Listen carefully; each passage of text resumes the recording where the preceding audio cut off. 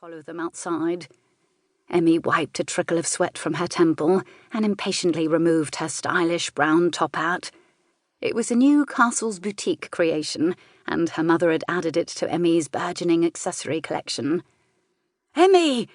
Veronica, the London SRO's vice president, beckoned from the far end of the balcony. "There are hundreds already outside. Come quickly." Emmy smiled grimly and tossed the hat on an empty chair. Bigger crowds meant better exposure. The committee's attempt at the underhanded manoeuvre would not be tolerated. It was simply unacceptable. The SRO and its supporters would be heard, make no mistake.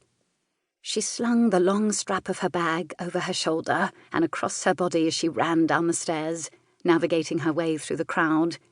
People moved aside or patted her on the back or shouted words of encouragement. She wore breeches, boots, and a matching blouse and outer corset that her mother had demanded she treat carefully, as the material was the boutique's newest addition from the Orient. Hester Castle O'Shea insisted that Emmy be impeccably dressed, even when wearing trousers, but her fussing efforts were lost on her daughter. Emmy was rarely still, and she ruined her clothing more often than not.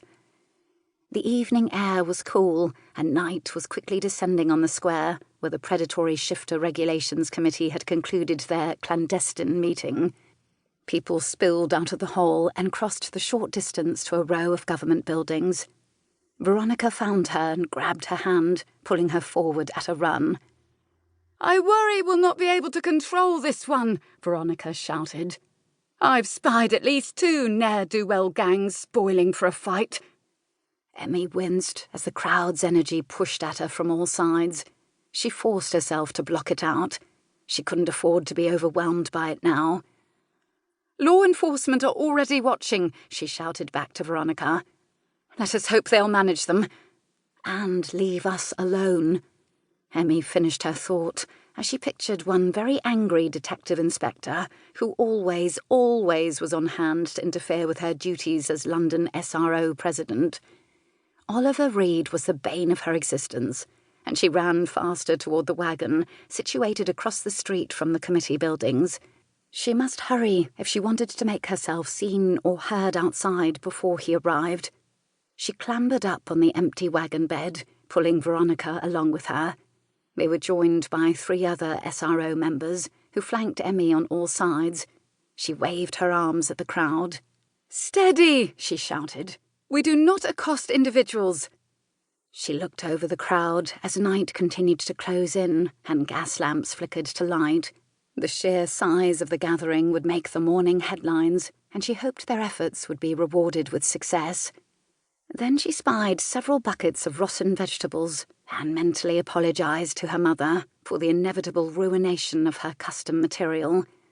Constables emerged through the crowd and began erecting a temporary barricade to keep the crowd under control. Emmy watched their efforts with skepticism, but knew that many of them identified with the population gathered, and thus were unlikely to be hurt or accosted. If they hadn't been present for official duty, they might well have been part of the protesting crowd. The crowd suddenly roared and booed, and she whipped her attention to the building entrance.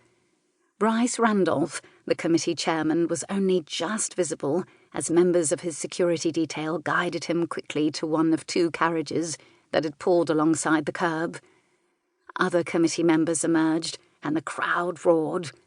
Emmy flinched involuntarily as refuse began to fly, winging across the square and thunking against the carriages, the street and the buildings.